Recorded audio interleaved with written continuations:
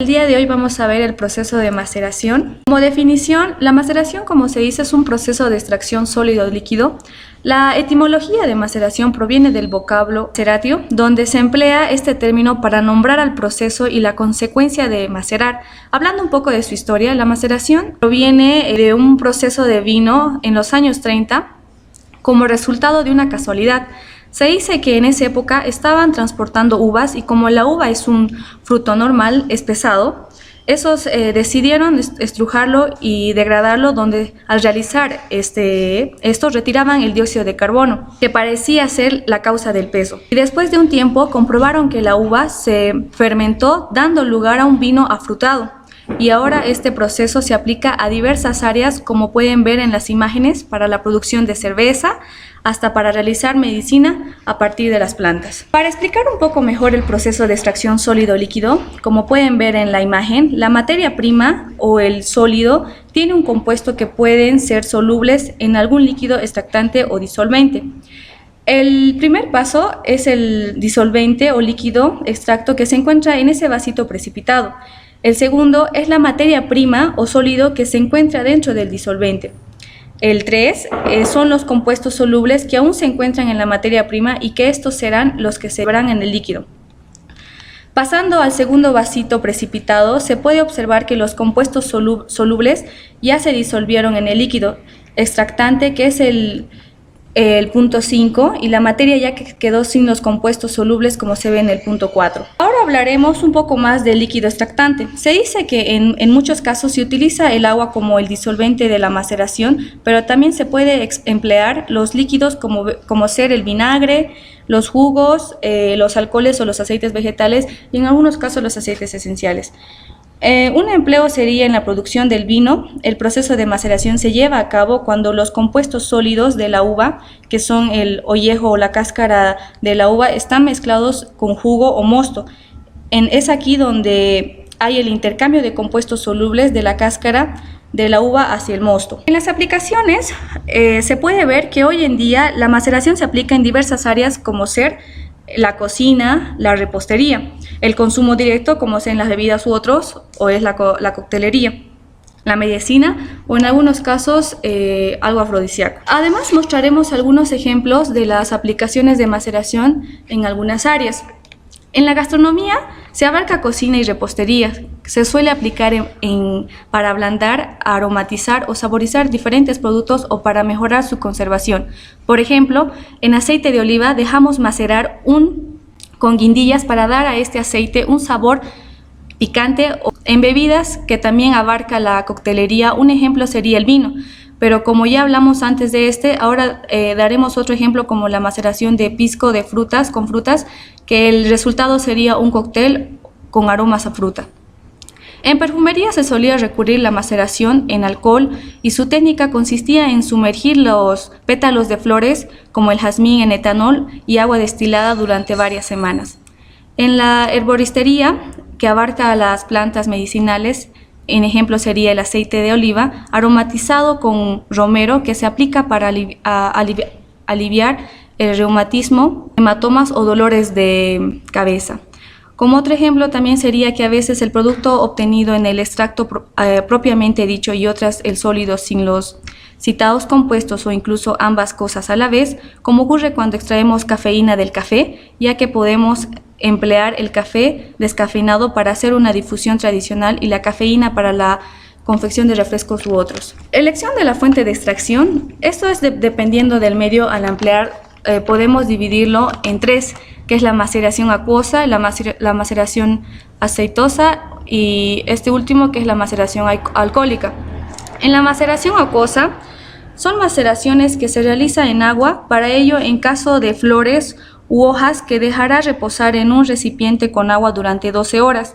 En caso de partes más duras como corteza, raíces, tallos o semillas, se dejarán reposar durante 24 horas. Ejemplos muy utilizados de maceraciones en agua son los remedios con fibra soluble que se perciben para el estreñimiento.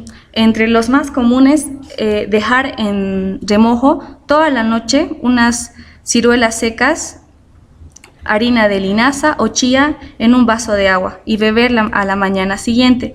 Este proceso sirve para extraer la fibra, que quedará disuelta en el agua. Otro ejemplo de maceración acuosa es el jarabe de cebolla para la tos, que se prepara tradicionalmente en forma casera.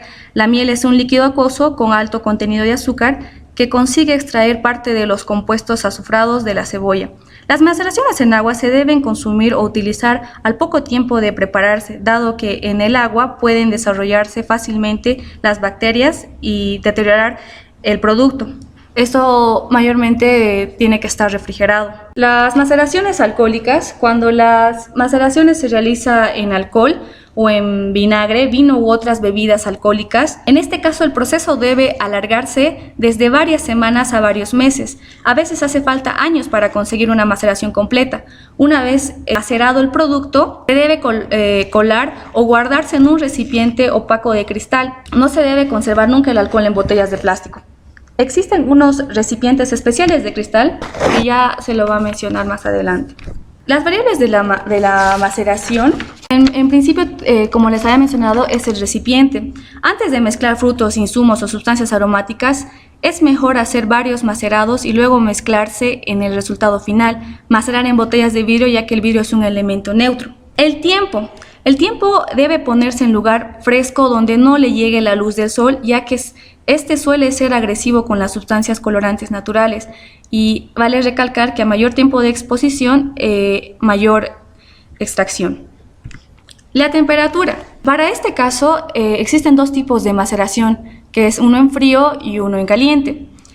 Para el caso del frío, el elemento sólido se sumerge en la menor cantidad de líquido posible. Debe tener el suficiente como para cubrir totalmente del producto que se pretende macerar. El tiempo lo va a determinar del producto base. La maceración en frío tiene la ventaja de que se consigue extraer todas las propiedades de la materia prima sin que ésta sea alterada.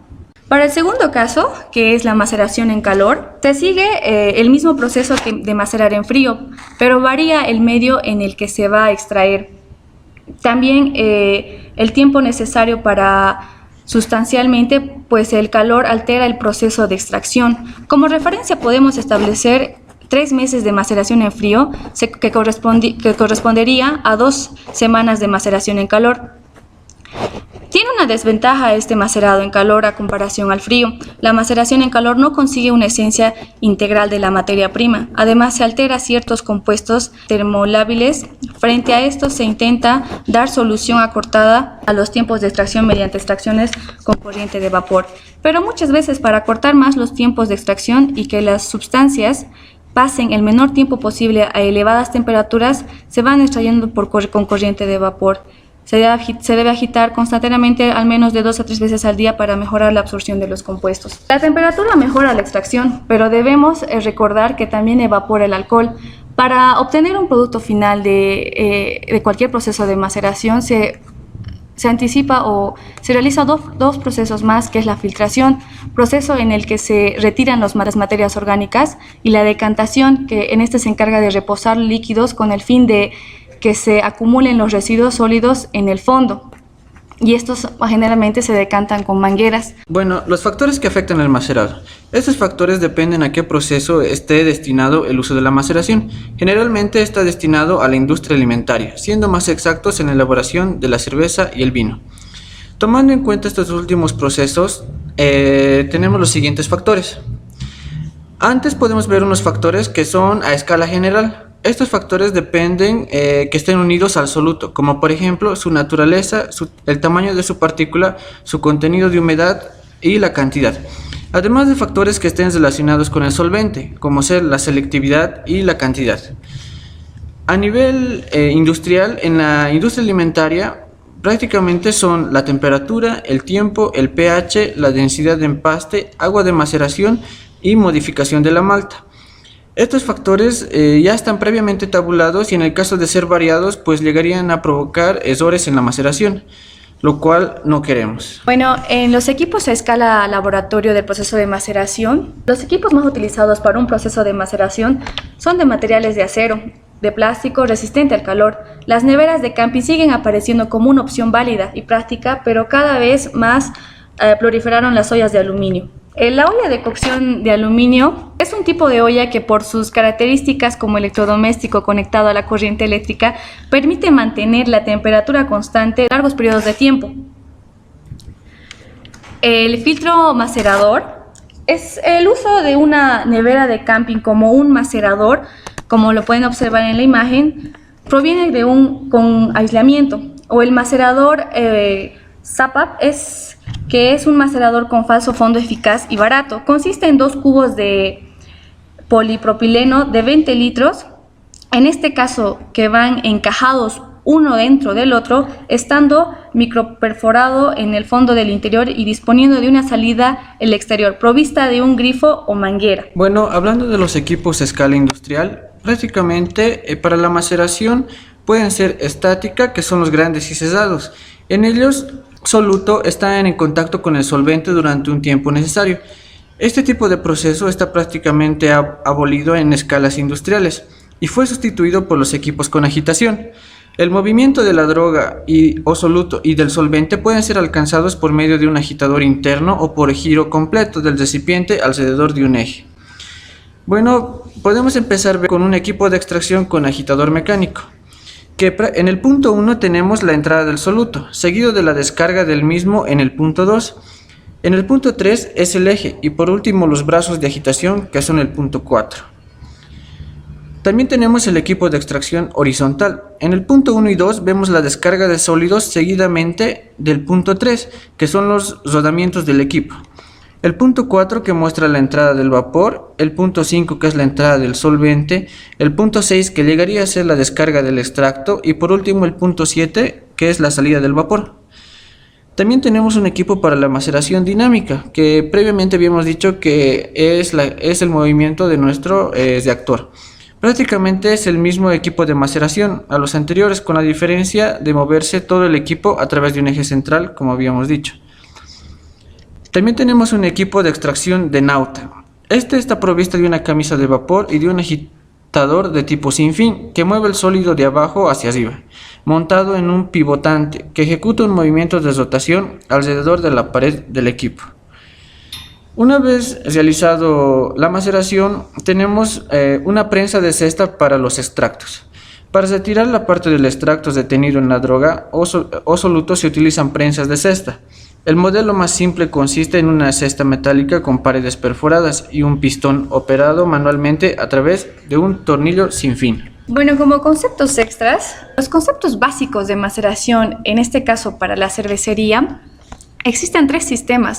El primero, en este caso el RIMS, es el sistema de macerado por infusión circulado, lo que vendría a ser el SMIR.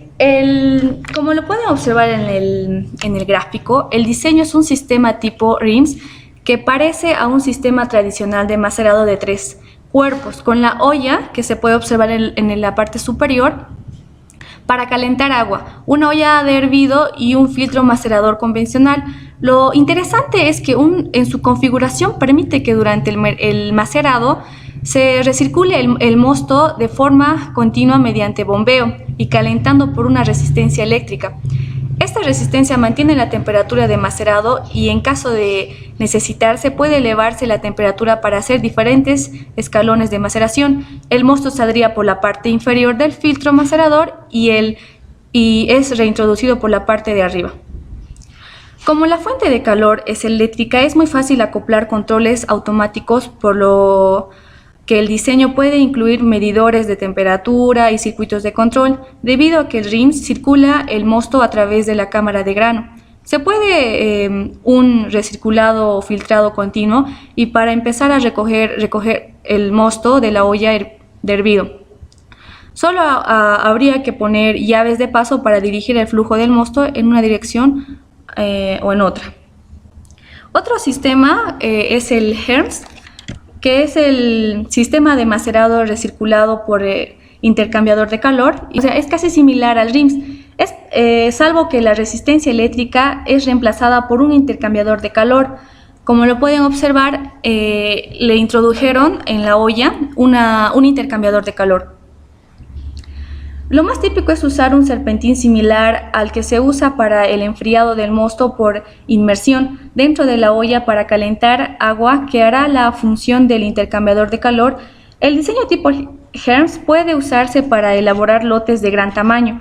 Una mejora sustancial en esta configuración sería incluir un agitador en la olla de calentar el agua para lograr una buena transferencia de calor en el intercambiador. Otro sistema es el DIMS. Existe otra variante conocida que en este caso es el sistema de recolector removible. Es un sistema de reciente desarrollo en el que se elimina el falso fondo típico de filtros maceradores. En su lugar se emplea una tubería ranurada que se coloca en el fondo del macerador en el momento de gasificar el mosto. Este sistema aprovecha la circunstancia de que un colector, a diferencia de un falso fondo, se puede poner en el macerador en el momento oportuno para convertirlo inmediatamente en el típico filtro macerador. A diferencia de los sistemas que usan un filtro macerador, el DIMS puede ser calentado aplicando calor directo, siempre y cuando se disponga de un agitador para evitar que se queme el grano. El friteador se lleva a cabo igual que un sistema RIMS. Bueno, eso sería todo. Gracias.